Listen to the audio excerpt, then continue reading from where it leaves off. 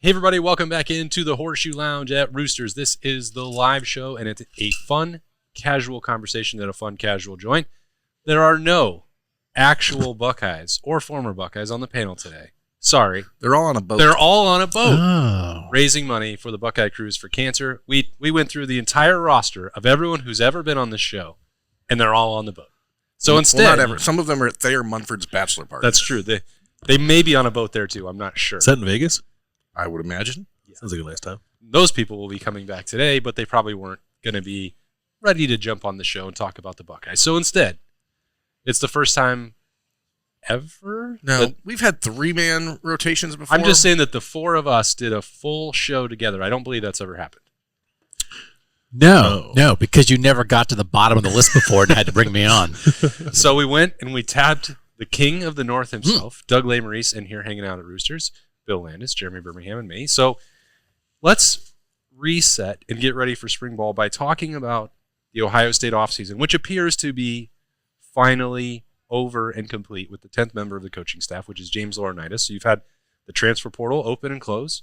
You had the recruiting, two different signing periods, two different signing days. You had roster retention and a bunch of coaching staff shenanigans besides the 10th member. So which part, Doug, has been the most successful part of the offseason for the Buckeyes?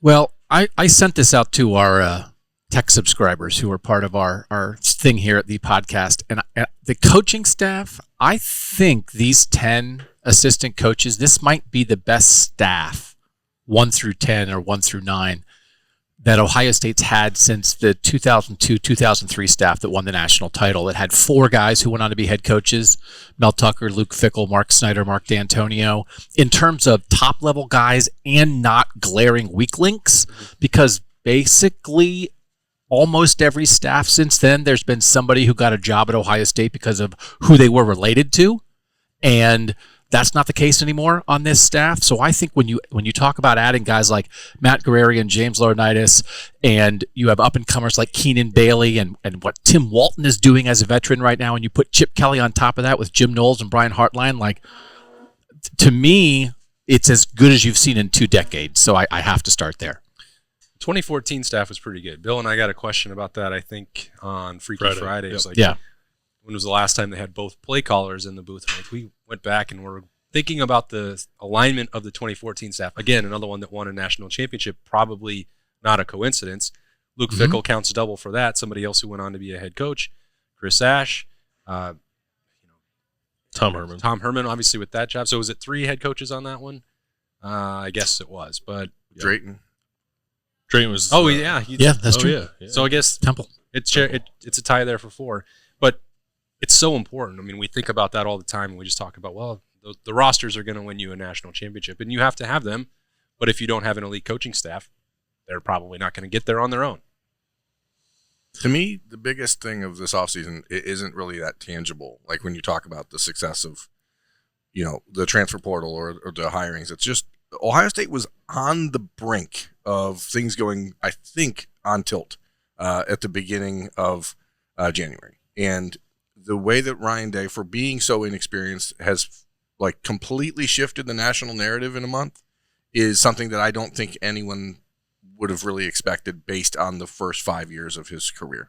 Not because he had shown that he was incapable of doing that, but just because he hadn't done it. And it did feel after the Missouri loss, even though that, people inside out were probably not thinking about that loss in such a catastrophic sense. But nationally, I think people were looking at it going, what is going on there? And it's completely shifted now where, you don't give out offseason trophies, obviously, but Ohio State has won the offseason around college football, which is not something that's happened in a long time.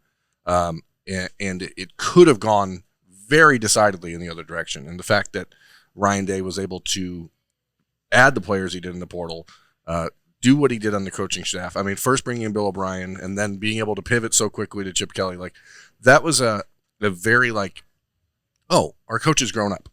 And I think that was a bit of a question mark for people after November, right?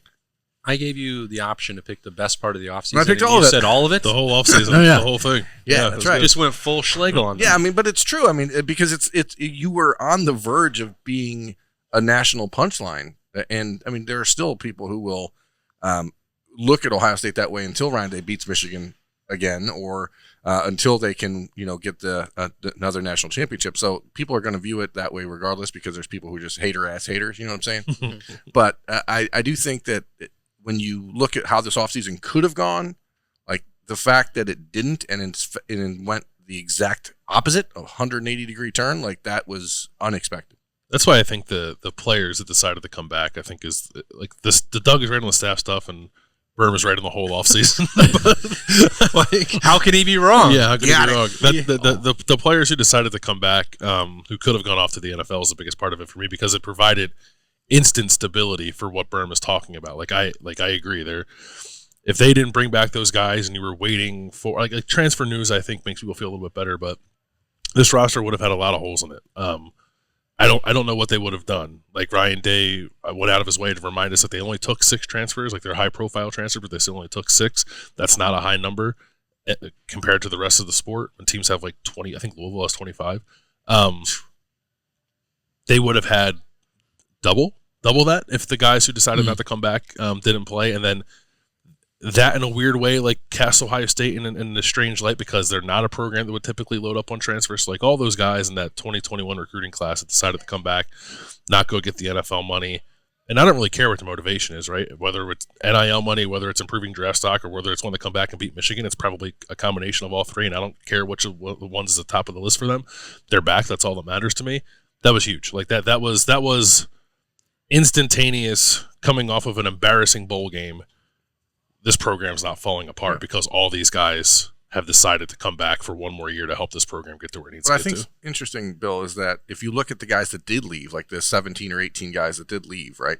How many of those guys would have stayed if those other guys weren't coming back or weren't talking about it? Because I think that some of the attrition they had, like we view it, I think, in most cases outside of like Chip Trayanum or Julian Fleming, I think we can look at the roster and say they got stronger because of this attrition, probably. I mean, if you have to replace, and this is not to knock any players that have left the program, but if the goal here is, okay, well, now we got Ryan Turner and Jair Brown at corner with Jermaine Matthews, then all of a sudden it becomes a much different conversation heading into next year. So I don't know that all those guys, like the Jermaine Matthews return, the Jordan Hancock coming back, the Denzel Burke coming back, those guys were the reason that the Ryan Turners and Jair Browns were saying there's no path for us here. But if the path was for those guys to be there, like then what does this team look like? So I think that like there were holes, but you also were just going to have the guys that clearly weren't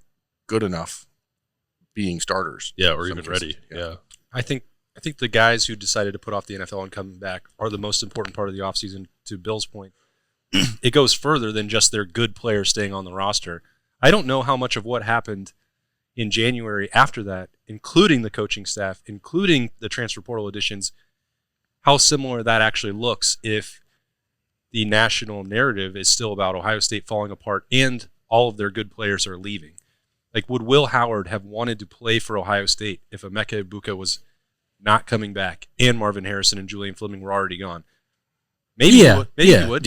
Yeah, he would have. I mean, if the other option is the NFL, like how much is that going to go help if you don't know who's going to be on the offensive line block? I don't think Caleb Downs would have come and played in the secondary where he was the only guy who had any experience. Yeah, I just think he would have ended up at Georgia. Down the road, if you're looking at the transfer portal guys, you would have had to take more of them, and so maybe they would have. Maybe the NIL collective issues had been resolved that it would be so appealing that they could just go splash it around and pick up whoever they want. I don't know, but if other people were leaving and then Ryan Day's out there trying to say, please come complete my coaching staff, I'm definitely not getting fired after 2024. Don't worry about what's going on with the roster. I think it would have been a tougher sell for everything. Not saying that they couldn't have handled it, but certainly starting with Jack Sawyer and Emeka Egbuka putting down their marker, we're coming back and we want you guys to come do that. I think that added momentum for every part of the program into January. I don't know if it would have looked exactly the same. Maybe it would have, but Doug, you seem like,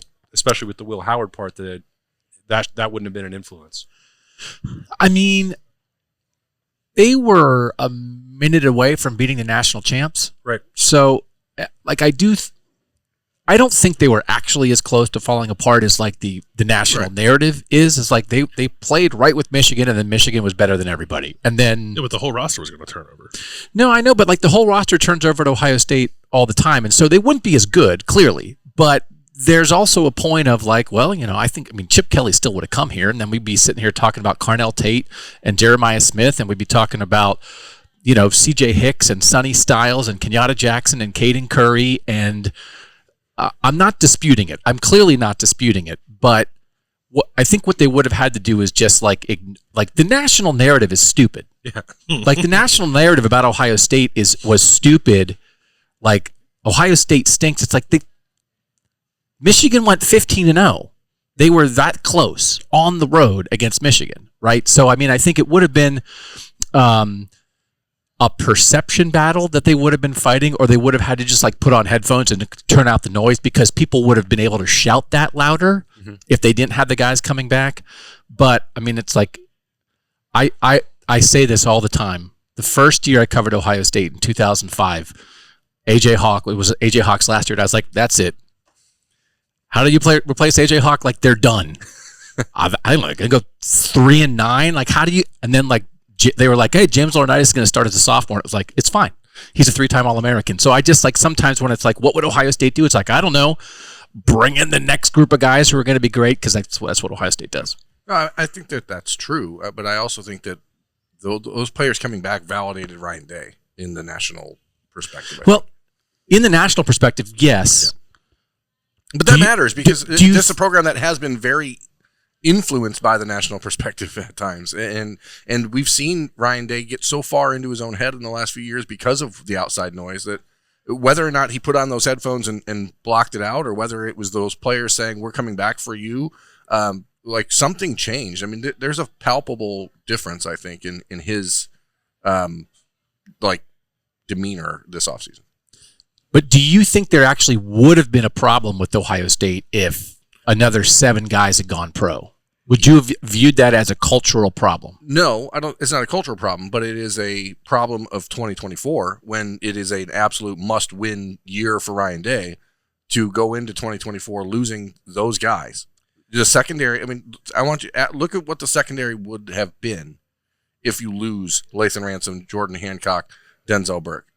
What does that secondary look like heading into 2024 in a pivotal year for Ryan Day?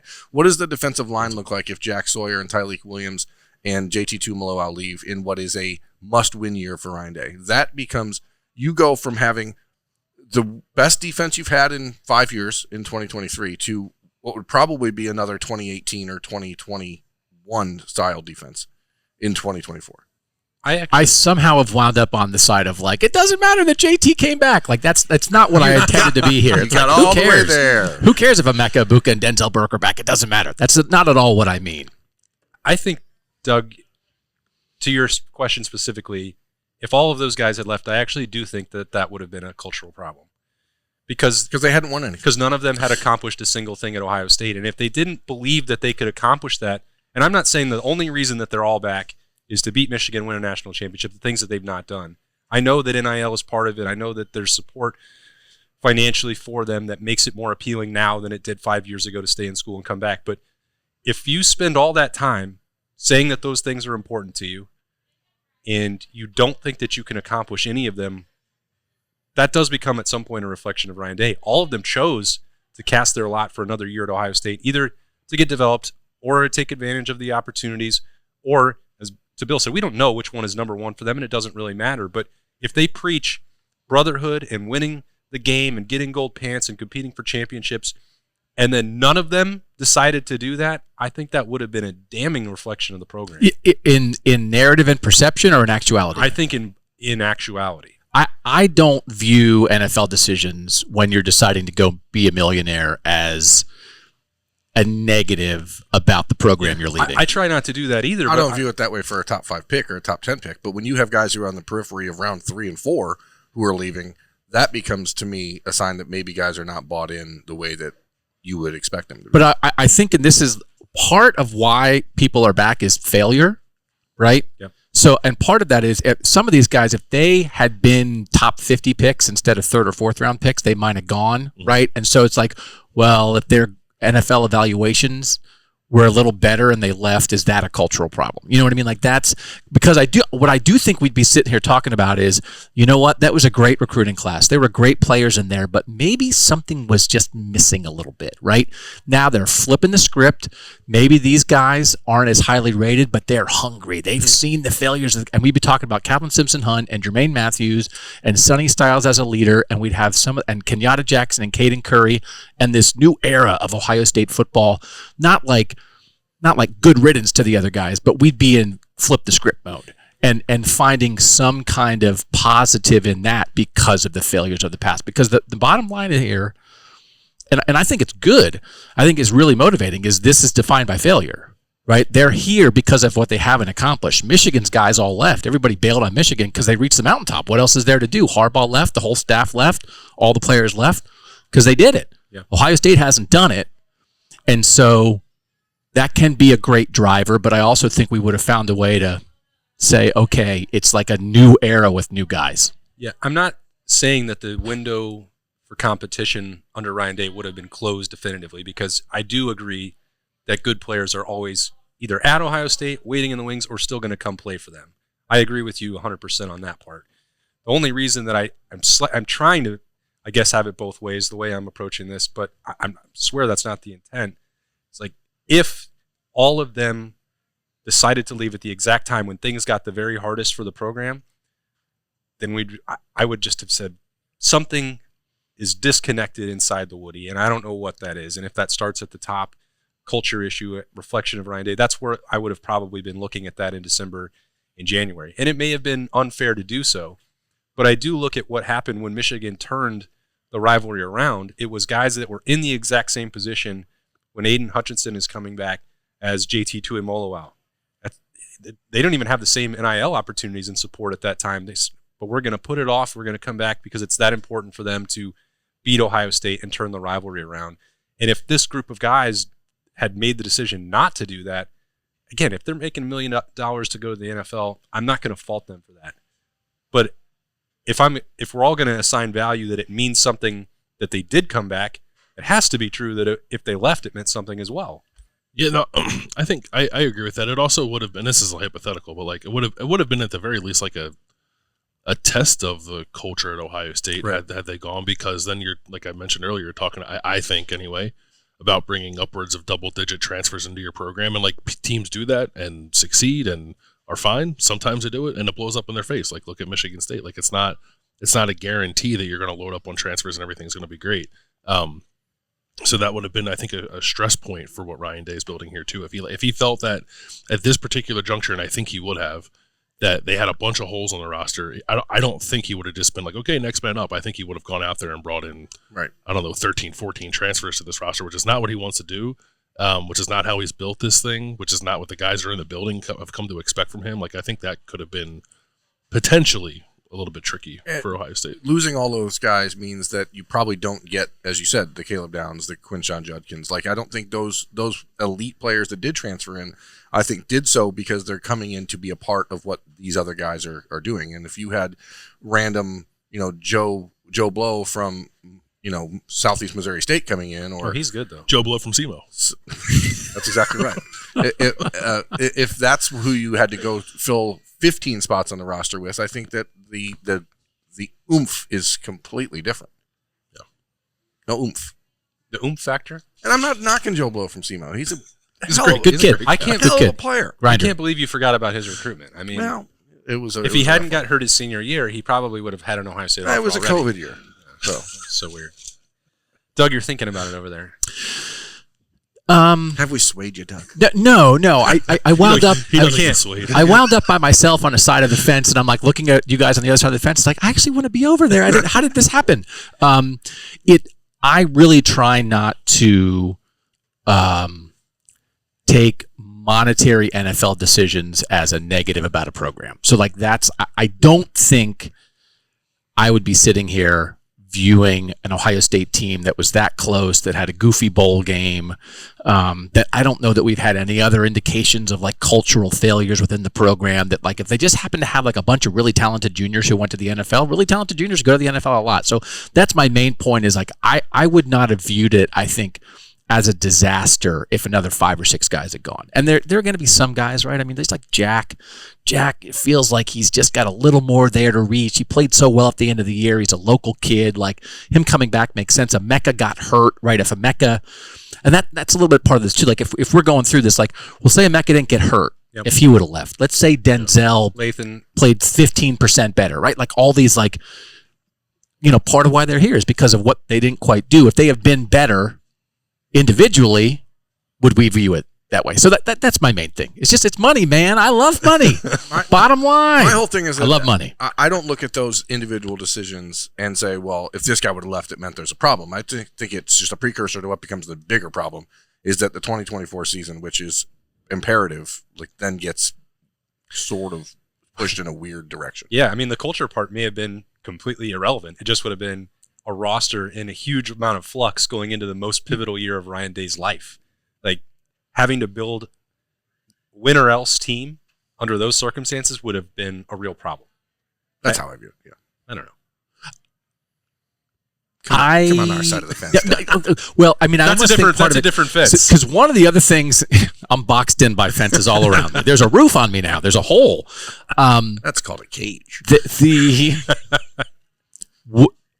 There is going to be a win or else. I don't like the word narrative. There's going to be a discussion about, like, you've got to win. The pressure is on, right? So now we're at a point where there's going to be people out there saying, like, you're so good. Look at all these great players you have. And what's the result of having great players? The pressure is on. It's like, I don't know. Is the result of having great players just like a great opportunity to win? Like, why does it automatically have to lead to pressure? I almost think, though, if it would have been like, man, this is like a reset year doesn't exist at Ohio State, but the quarterback transferred. All these guys went to the NFL because they're going to be millionaires. Maybe you take a breath and just, like, realize maybe this is more like 9-3, and man, oh man, in 2025, Julian Sand or Aaron Nolan are going to be awesome, and, like, let's roll. But, like, would that mean that Ryan Day would have been fired? You can't do that. Yeah. What do you mean? You can't do that on the heels of losing to Michigan 3 years in a row and not accomplishing any of your goals. Like, No, you're But, right. like, so you think, like, he's at that point? yes, I do. If he would have won the national championship 2 years ago or last year, then you're allowed to do that in 2024. But you're not allowed to do that in 2024 after losing to Michigan 3 straight times. You're just not. To me, it would not have. Okay. I mean, you're right. You're talking about this from a perspective of, like, a sane person. Right. Is that my mistake? I'm on the sane side of the fence. I What don't are know. you doing over there? Doug, we forgot to tell you, Roosters is the irrational show. You're not allowed to think rationally. It's the about irrational this. casual joint. But you can't do it after losing 3 straight times to Michigan. I would eat there 4 times a week if that was the real slogan. Oh, I love that irrational place. I know what you're saying. It would just be it would be a different vibe. To me, it would not necessarily be like the end of this era of Ohio State football as we know It'd be it. great if he could have a 2004 season. I completely agree with you. And I agree But he with can't. you that you're not allowed to have those seasons Yeah, not anymore. I agree with that, but The extent that you can have it was 2023 in reality. Like, quarterback situation didn't work out. You're replacing C.J. Stroud. Maybe it's an aberration. Like, You still finished 11-2. they finished 11-2, and, like, that's the only mulligan you get. Double those losses and see what this fan base does. If you don't think there's pressure, Doug, try losing a game. no. We've entered the you're allowed to lose era. Welcome to the 12-team playoff. You're allowed to lose now. Will Ryan Day have to change that mantra? If you don't think there's pressure, try losing 3 games. Yeah. You know what you should try? These onion feathers. Onion feathers. Yeah, they're good. Berm, what did you think of them this week? So good. So good? So good. No other comments. They're crispy, they're crunchy, they're oniony, and they got that plucking sauce. This The plucking rest, sauce. the rest of the table is diving in. The horseradish plucking sauce. You don't want to miss it. It's $3 if you come on appetizer Thursday, which is tomorrow. Which is Tuesday. Which is, again, it is very confusing when you say Thursday and then it's actually Tuesday. Have they considered moving it to Thursday? That's what I've asked multiple times, Bill. Well, that's Thirsty Thursday. Or was it was Tuesday and then inflation and now it's Thursday? It was originally. Yeah. Whatever the price they're worth. economy and inflation. That's not on this show. That's Berm's other podcast. Yeah. We're going to take a break. We're going to get more food. The Roosters Lenten menu is also out now. It's that time of year. The fish basket. Little fish basket. Little fish sandwich. You can't go wrong with that. Buffalo cauliflower, which we had when we did the show with Emeka at the Fairway, and I was eating it. And I was like, "This chicken tastes weird." And then all of a sudden, his wife was like, "That's because it's cauliflower." Yeah. Like, oh, okay. I can't wait. I'm now imagining Emeka telling that story to his friends. You should have. This guy was like, "This chicken tastes weird." It was cauliflower. Bill said that he was a chicken wing expert, and he's like, "There's something wrong with these wings." It's because they can't fly. They came out of the ground. All right, we're going to take a break, and we're going to be right back in here at Roosters. It's a fun, casual joint. Roosters has been so fortunate. We just want to be able to give some of that back to the community. They donate to organizations that are near and dear to their heart, and we're so fortunate to have been with Roosters now for a long time. They will always go above and beyond to help support our foundation to further help veterans. It's just a wonderful feeling to know that Roosters supports the Buckeye Cruise for Cancer. All the folks at Roosters are just genuinely kind folks, and they want to make a difference. Thank you, Roosters Foundation. Thank you, Roosters. Thank you, Roosters. Thank you, Roosters Foundation. Welcome back into Roosters, a fun, casual joint. Doug, Bill, Berman, and me, Austin, and we're getting ready for spring ball, which is 2 weeks away. I don't know. How incredible is that? So if we're saying that Pretty the crazy. offseason is over, that means spring ball is here. Doug, what are you most curious about? What March position Sonny Styles plays? Okay, and the show's over. It's Sunny Styles show again. That's all. Isn't he the most fascinating player like anywhere? I don't know. Are you going to be frustrated? I'm anticipating Berm being frustrated Regarding what? At the first practice. Maybe will you be happy with where he's lined up? Yeah, I mean, he's going to be lined up at linebacker, I think. So I'll be happy about it. Okay. What if he's not? Then I'll be like, oh, well, it's first practice. No big deal. No, you won't. You'll storm off. You remember his resolution? It's to be positive. Yeah, Berm I mean, in 2023. here's the thing. It's obvious to pretty much everyone that that's where he's going to need to be, I think. Now, in a case where the player himself, was pushing back against that, I think that you could have an argument about, okay, well, let's give him another year at safety. He'll go off to the NFL, and they'll move him to linebacker, right? But I don't think that Sonny is fighting it. And so I think that as long as he's on board with it, then it seems pretty obvious. I think he's pushing it. Yeah, I mean, Let I think alone- he's been the guy He driving wants the to bus. eat. He wants to eat. He's tired of eating like a rabbit to stay at 220. But you have to ask, when we talked at length about this 2 weeks ago or so on the daily, like, what does that mean for the defense? And I think that it's encouraging to me, if he is a linebacker, that they have a lot of things they can do on defense if you put him at linebacker, and you can get really weird with the alignments, and you can do a lot of funny things and funky things and Irrational things. irrational things. I want my defense to do irrational things, Yeah. don't you? Like, I don't Absolutely. Makes it hard to prepare for. yeah, don't be rational on defense. We thought they were going to blitz, but they got completely irrational. They just ran everybody off the I field mean, instead. the biggest question, I'm just going to jump in here, is where's Josh Fryer lining up? That's the most important question for Ohio State. You trying to cut off Bill? Or Yes, what? I was. Wow. I was trying to make sure that I got to say something Jump about the the offensive line. line. Like, that is the most important thing. Like, where is Josh Fryer lining up? Because that answers a lot of questions about what Ohio State thinks is going to happen at right tackle, which is the most important piece of this. He's going to be at right tackle on the first day of spring practice. Yeah, I was just going to say, let's all place bets. Do you think he will start on day one at right tackle or right guard? I think it's going to be right guard. I'm just going to manifest For the season or for spring? First practice. it. Should be like both. March. but What is it? March 5th, that Tuesday. When we get in there, assuming it's like previous years, and we see the first practice, is he going to be a guard or tackle? He was at left tackle the first practice last year, right? Yeah. And all of spring. Yeah. Until Landis shamed him out of playing it. Sorry. I think he's going to be at right tackle only because I feel like that's sort of the way Ohio State's done things, right? Like, I'm trying to remember, but like in the one summer we went out there, like, you didn't know what the offensive line was going to look like, and like for 1 week it looked like one thing, and then the next week we went out there and like DeJuan Jones was playing right tackle. It's like, oh, okay, well, like, that's what they're going to do. But I don't think they ever like come out on the first day and do the thing they're going to do in the fall. So I think that Josh Fryer will be at right tackle. Would you start with the thing that you know he can do, or would you start with the No. thing that I would use spring ball to let him do the thing that he hasn't done. that he should do? That he should do, yes. But it's the same thing we talked about with David Snake Olsen. Like, you're playing man coverage for 15 practices. Have fun. Yeah. That's what I would. So I would put Josh Fryer at right guard for 15 practices, even if like. And it's not even saying you've made the decision that he's going to play right guard for the season, but you have these 15 practices that can tell you whether or not he can handle which it. is why I'm saying that he's going to start at right guard on March 5th. And because this is your window to see what you have with Luke Montgomery or Tegra Shabola or George Fitzpatrick or Zen Mahalski or anyone else, because if you don't have your right tackle coming out of spring ball, you have to find a way to get one in the portal. And you need to know for sure if you have that right tackle on this roster. Or you decide that Fryer's our right tackle couldn't that because still be Josh Fryer? there's not a better one in the portal. Sure. But you're Ohio State, and it's 2024. If you want one in the portal, you can get someone to get in the portal. But that wasn't true That's last year. not really true. Didn't happen last year. It's a much more. They're demonic now. They don't care. Feelings are out the window now. They're demonic and irrational. Yes, they can. They can I entice. don't- They that's can not the- entice someone around the country to jump in there. Are you sure demonic is the word you want to go with here? Yes. Okay. What if we walked in on the first day of practice instead of where it says like tough love, just demonic, irrational, and Burma's like, yes. I would be scared of his power if those words are on the wall in the Woody in 2 weeks. The point is, I think this is the time you have to figure out.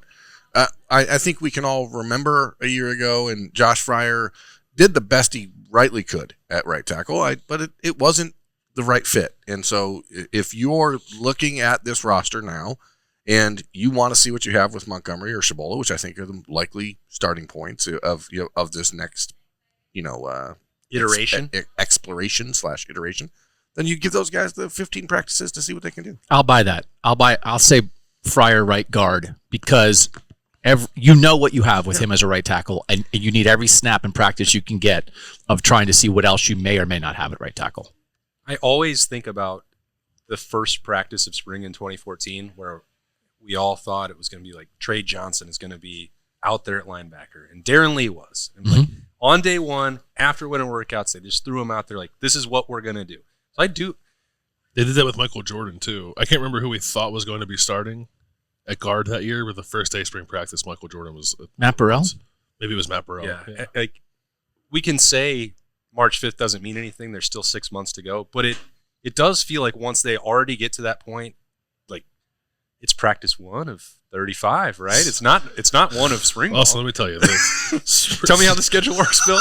Spring is an extension of the It is. summer Okay. and of fall camp. So fall It's camp. not the first of 16. It's the first practice of... The first practice of fall camp is then practice number 16. That's right. Okay, so You if got that's the case, I do think that they are trying to not just experiment, but actually put a plan in place and then see if that works, which I guess is an experiment in a lot of ways, but I don't think that this program, since I've been around it, doesn't waste a lot of opportunities. If there are practice reps and if you are on the field, inside or outside at the Woody, like it's done with clear intent. So if you think that Josh Fryer is going to be this team's guard, I think he's going to be there on the first day of camp. All right, you've all changed my mind. Hey! Welcome to our side of the fence, Bill. He didn't want to be in a cage. No. Let me out of here. It's a What, big- it's a okay, big what other cage. position can we CJ Hicks. throw around? Will there be a Jack? Nah, No. I don't know. There should be. Yep. And I don't want to hear like, oh, we're going to get through spring ball and then we'll think about it. It's like, Well, no, unleash them then. this is your third year, Jim Knowles. Either you're doing it or you're not. So let's do it in spring. So That has been the worst part Yeah. of these shenanigans. No, we don't install that in March. Okay, well then you're never putting it on. Jim Knowles is no longer the linebackers coach, right? Well, he wasn't last year either. Right. But But if James Ornette is coaching linebackers, and Tim Walton's coaching corners, and Matt Guerrieri is coaching safeties, and Larry Johnson's coaching the defensive line, does that not free up Jim Knowles to be the Jack coach He's the head coach of the defense. He's the head coach of the Jack. and the head coach of the Jack? Yeah, that makes sense. I like that. And there's enough options. Like, HCJ. it should be part of it. He will just Velcro himself to CJ Hicks for 15 practices. Music to my ears, man. CJ I want Hicks to see it happen. or Arvell Reese or Mitchell Yeah. Melton. Like Mitchell they Melton, have yeah. multiple guys who feel like they were either designed in a lab to play that or recruited specifically to do it. It needs to be part of it. And like when they have the little pictures of the position coach taking the guys out to do stuff, it'll just be those 3 guys in Jim Knowles' office smoking cigars. Reading War and Peace. Our Jack team, coach. our team outing. Eating veggies. What you guys do? We read Hemingway. Or he read it to us. And we practice saying, go birds. That's culture. It is. All right. That seems like Eating cauliflower that you think is chicken. You think it's chicken? Bill comes in. He's like, I got two things to talk about. Philly's opening day starter, and you got to try these new wings. You got to try these wings that grew out of the ground. They're great. You're not going to believe it. All right. Where else can we talk about? Is that all the intrigue? Sonny Styles, C.J. Hicks, and Josh Fryer? That can't be it. No, the first person I'm looking for is Jeremiah Smith when we get out Okay, there. all right. Yeah. No, I think receivers intriguing. Like Emeka is Emeka, and I guess there's some conversation about like, is he going to be the guy that plays in the slot the majority of the time again, or will he actually play some outside and maybe create an opening for Brandon Inniss? I think Emeka has the flexibility to play anywhere, and will probably help him to do so in the eyes of the NFL if Ohio State moves him around a little more. I also got very excited about Marvin Harrison Jr. playing in the slot more last year, and they didn't really do that all that much. So I don't know. Slot mech is just easier to say. Slot mech is easier to say, and he's done it. But now it's outside mech. Now we're looking for outside mech. Mecca. Oh, okay. But the young guys there, I want to watch Jeremiah Smith. I want to watch Brandon Inniss. I want to see like what Carnell Tate looks like after going through winter workouts, and because he feels of like the next wave, he feels kind of like the most solidified, right? I don't want to. Well, he's a starter, right? He's a starter. Yeah. So, but like even like I don't know, Keon Grays, Bryson Rogers, like all those guys, like it's a really interesting group to me, and a group that I think is going to be feeling a lot of pressure. I think outside of Emeka to like really step up and grab a spot, and like how many spots are there? Are there going to be 3 guys who play the majority of the snaps again? Are they going to extend this thing to make it more like 2018 and maybe have like 4, 5, 6 guys who play somewhat evenly? Like I don't know. There's possibilities there that I think that make that position worth watching beyond just like you got to find a couple of new starters and you got to replace Mario. And I think what's interesting is that you can assume that Emeka will not do a lot during spring, but everyone else is pretty much full go. Where that hasn't been the case the last few years because you've had the veterans. So. It is a really pivotal spring for Keon Grays, for Kojo Antwi, for Bryson Rogers. I mean, who did transfer? He entered the transfer portal and then didn't. I was looking at a list of Ohio State's incoming transfers the other day, and I was like, "Why does it say 7?" It's because they were counting Bryson Rogers. They plucked him out of the portal. So I mean, big time pickup. But to me, it's tight end. I mean, I think that you add Will Kazmarek, and we expect that he'll be the starter. But beyond that, I don't know exactly what you're going to get or what to expect out of Bennett Christian and his return. Jelani Thurman, who obviously is being looked at as the guy that should be one of your next wave of stars, but is he ready to take on that role? I mean, that's going to be interesting to me. And then you have G. Scott, who, what is he? Is he able to be a full-time every play tight end? Because if he is, then you have Kazmarek and G that you figure that's a pretty good starting point. But then what do you do with Jelani? So is Bennett Christian just a glorified, offensive lineman? Like that's an interesting spot to me, just because the 2 guys you signed in the 2024 class are not on campus. So those guys are not even in the picture for this coming fall, especially because Demarion Witten could be a wide receiver. Like it's just a position that if Ryan Day and Chip Kelly's offense is going to work the way they want, they need guys who are like solid tight ends, and I don't know if you have someone that you can look at and say that's a lock it in. Kazmarek is here to start. So beyond that, what do you have? Did you catch any of those Demarion Witten basketball highlights in the He's Senate, a freak, Senate man. League? I've tried to tell people like he is bouncy. He is different. He is, as the kids say, built different. Yeah, he is. But he can be wide receiver. And I think that when you lost Jeremiah McClellan on signing day to Oregon, and you only signed 2 wideouts, Demarion Witten may very well end up being that third guy, and then you have a whole different conversation at that. Especially because of the pickup of Kazmarek, who I think we tend to overlook it because of the age-old Ohio State tight end conversation that Cade Stover helped partially erase with his production over the last couple of years. But I've had this discussion with Bill a number of times, like, how much does Ryan Day, and I guess to this extent we'll find out with Chip Kelly, want to use 12 personnel? It seems like Ryan Day's most successful offenses are using 12 about a third of the time, 30% of the time. I think that that's still accurate information. I've certainly cited it a number of times. So that's why I want to see what Kazmarek looks like out there competing against other Ohio State caliber athletes. We've seen the film. We know that Keenan Bailey is a big believer in what he brings physically. But if you're going to try and find 2 of them, how does he hold up if he's out there having to block at times and work against JT Tuimoloau or Jack Sawyer in some reps? Is that going to work as a blocker? What do the routes look like if he's matched up against somebody like Jordan Hancock? There's, I think, going to be some opportunities to learn a lot about him throughout camp, but it can't just be him. So we've seen G. Scott in 60 spring practices at this point.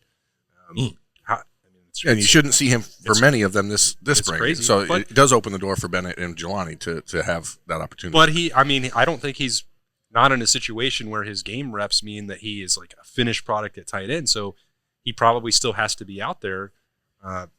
This has been a long-term development project for him. What does that look like, even if this final year coming back for it?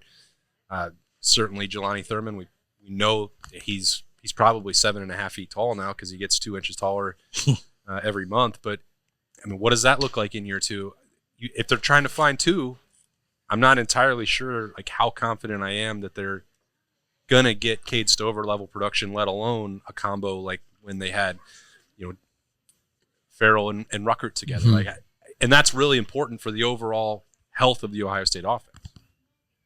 I think they are going to want to try to find two. If like Berm said, like if what Chip Kelly was doing at UCLA is going to carry over, he played in 12 personnel a decent amount. Now, like Chip's background, he's kind of done everything. Like and in the same game, he'll give you 12 personnel and 10 personnel and like run the same play. So like it's kind of the beauty of having Chip here. But he wants to design his run game with heavier personnel packages, and I think it's a fair point to raise. Like, do they have the tight ends on hand to do that? Because I think Will Kazmarek is probably he's a pretty good blocker at Ohio. I agree with you on G. Scott, and then the rest of the room, I'm not sure. I was really bullish on Bennett Christian when they brought him in as a guy who was going to be a pretty good blocker almost from the start. But then he had the thing last year we didn't really get to see anything of him. So maybe it's there, but I do think it's not a like staring you in the face, bright lights shining, like look at this position going in the spring. But actually, I think it is rather interesting.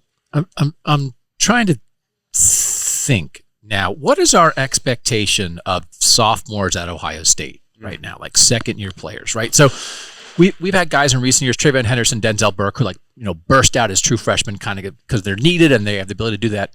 But for a Jelani Thurman conversation, for a guy who the minute you see him is like, well, that's different, right? And everybody was super excited about, what would hold us back from thinking, all right, it's year two, you got a veteran guy from the MAC to be the blocking tight end, and you have this absolute rare combination of skills. To second year as Ohio State, they had him in the weight program, they had him on the nutrition program, he had a full year of practice. Jelani Thurman comes out and is their second tight end and is ready to be a factor in this offense. Why wouldn't we be there? Only because Ohio State tells us that that's not the expectation for that position specifically. They say, it's a developmental position. Because you have to run routes like a wide receiver and block like a right tackle. They set that standard for themselves, and they think that that's a more challenging position to learn than just about anything else on the roster. So I come from the same vantage point as you, Doug, with everything that he has working in his favor, the extra time that I know Ohio State staff spent helping bring him along a year ago. It is to take that big step in year two. But I've just had it beaten into my skull that that's not what I should expect because of what they say about the developmental position. I would love to see Jelani Thurman buck that trend. And if he can't, then I'm not ever going to believe anyone can. This makes me want to research second-year tight ends in college football in the last 10 years. I mean, I'm looking up Luke Farrell now to see how much he played in the second year.